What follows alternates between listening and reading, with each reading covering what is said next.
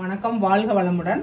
இன்னைக்கு சிம்பிளான soya rice எப்படி செய்யலாம்னு பார்க்கலாம் வாங்க. அதுக்கு தேவையான இன்க்ரீடியன்ட்ஸ் எடுத்து வச்சிருக்கேன். வாங்க வீடியோக்குள்ள போகலாம்.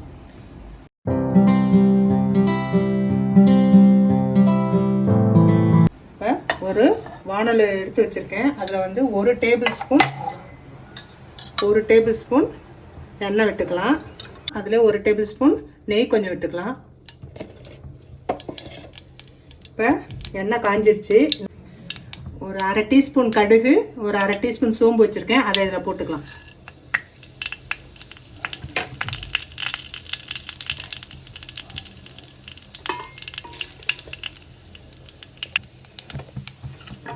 அதில் கொஞ்சமாக கருவேப்பிலை போட்டுக்கலாம். பொரிஞ்சிருச்சு, கருவேப்பிலை பொரிஞ்சிருச்சு. வெங்காயத்தை சேர்த்துக்கலாம். ஒரு பெரிய வெங்காயம் நறுக்கி வச்சுருக்கேன். அதை இதை சேர்த்து வதக்கிக்கலாம்.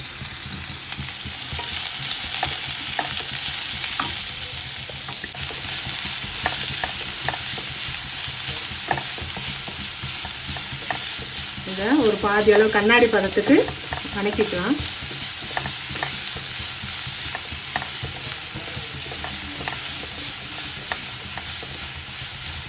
அடுத்தது ஒரு 2 பச்சை மிளகாய் நறுக்கி வச்சுருக்கேன். அதை இதோட சேர்த்துக்கலாம்.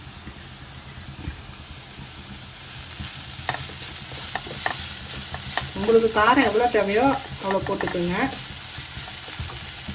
அடுத்தது ஒரு தக்காளி பொடியாக நறுக்கி வச்சுருக்கேன். அதை இதோடு சேர்த்துக்கலாம்.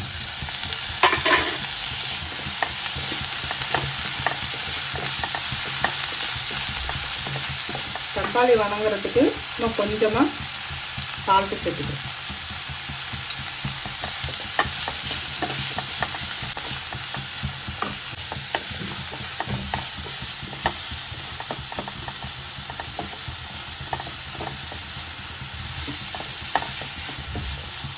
ஒரு டீஸ்பூன் இஞ்சி பூண்டு பேஸ்ட்டு சேர்த்துக்கிறேன்.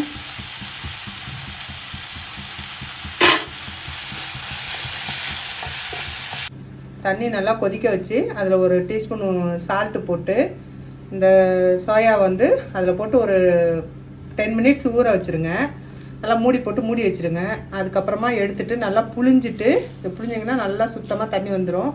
அதுக்கப்புறம் இதை நம்ம அந்த மசாலாவோட சேர்த்துக்கலாம். இப்போ சோயாவை இந்த மசாலாவோட நம்ம சேர்த்துக்கலாம். சோயா இந்த மசாலாவெல்லாம் இழுத்துக்கிறதுக்காக சும்மா கொஞ்சமாக லைட்டாக தண்ணி மட்டும் ஊற்றிக்கலாம். அவ்வளோதான். இந்த அளவு தண்ணி மட்டும் ஊற்றிட்டிங்கன்னா அந்த மசாலா கொஞ்சம் சோயாலாம் இழுத்துக்கும். அப்போ ரைஸில் சேர்த்து சாப்பிடும்போது உங்களுக்கு நல்லாயிருக்கும். அவ்வளோதான். நான் நார்மலாக எப்பயும் சாதம் வைக்கிற அரிசி தான் எடுத்து வச்சுருக்கேன்.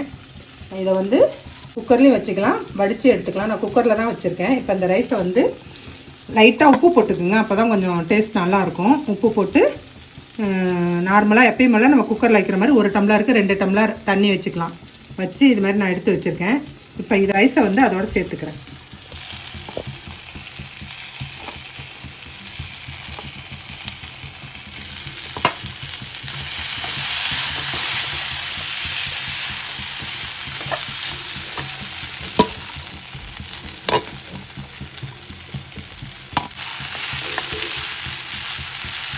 நான் 1 டம்ளர் ரைஸ் தான் போட்டிருக்கேன். நம்ம எதில் அளக்குறோமோ அதில் 1 டம்ளருக்கு 2 டம்ளர் தண்ணி வச்சுக்கிங்க. இல்லை சாதம் வடித்து கூட நீங்கள் செஞ்சுக்கலாம்.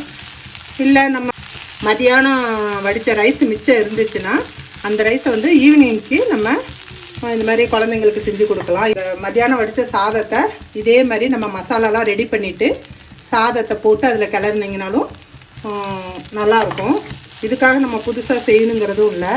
மீதி இருக்க சாதத்தை வச்சும் நம்ம இது மாதிரி ஒரு ரைஸ் செய்யலாம்.